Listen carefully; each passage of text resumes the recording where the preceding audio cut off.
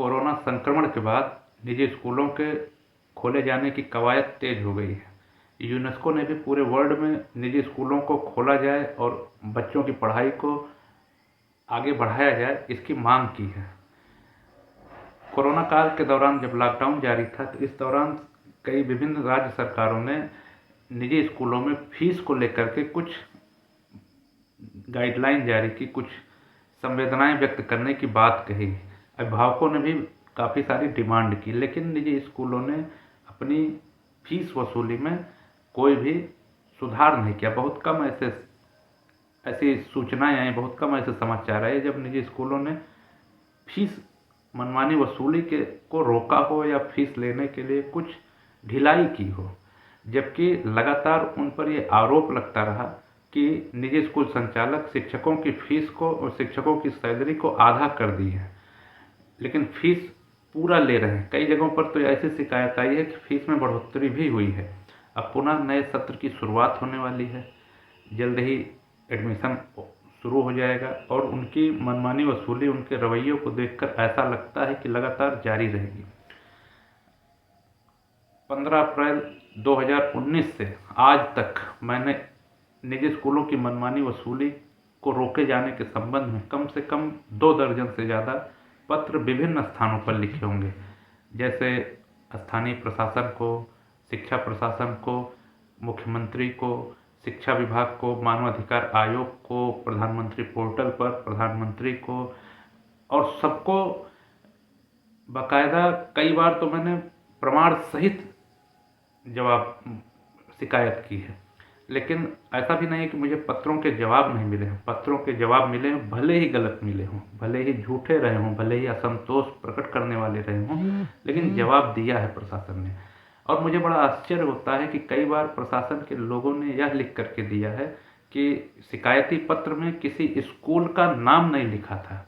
जब मैंने नाम लिख कर दिया तो प्रशासन ने कहा कि सभी स्कूलों के प्रिंसिपलों को, प्रधानाचार्यों को या संचालकों को निर्देश जारी कर दिया गया है कि स्कूलों में मनमानी वसूली न की जाए, और कई बार ऐसा लिखा गया कि मनमानी वसूली की ही नहीं जा रही है, जबकि यह बात सर्वविदित है कि निजी स्कूल मनमानी वसूली करते हैं। जो भी गाइडलाइन जारी होती है उनका पालन नहीं किया जाता। और सबसे बड़ी बात यह है कि जब प्रदेश सरकार गाइडलाइन जारी करती है तो उस गाइडलाइन की जानकारी लोगों को नहीं होती है।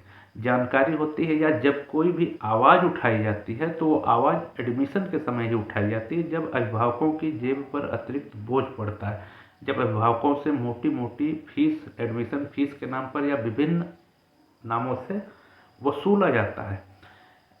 इसमें मैंने जो अनुभव किया है कि अगर निजी स्कूल मनमानी वसूली कर ले जाते हैं तो उसका सबसे बड़ा कारण है प्रशासन।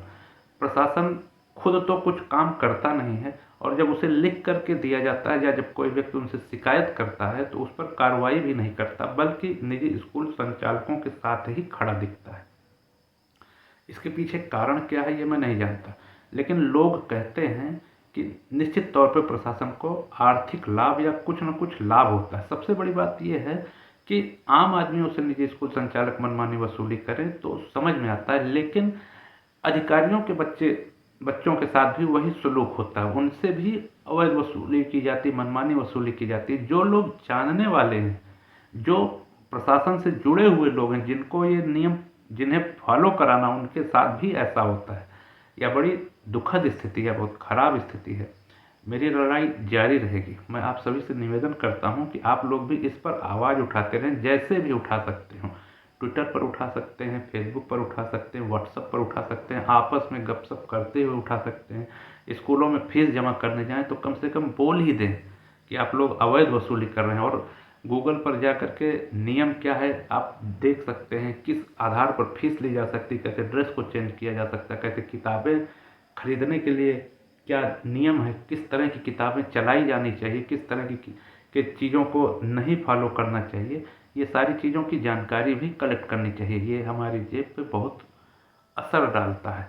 और जो लोगों के पास सोर्स ऑफ इनकम, उनके लिए तो ठीक है, जो लोग नहीं कर पाते हैं उनके लिए भी बड़ा राहत का काम होगा अगर ठीक ढंग से फीस ली जाएगी तो। धन्यवाद।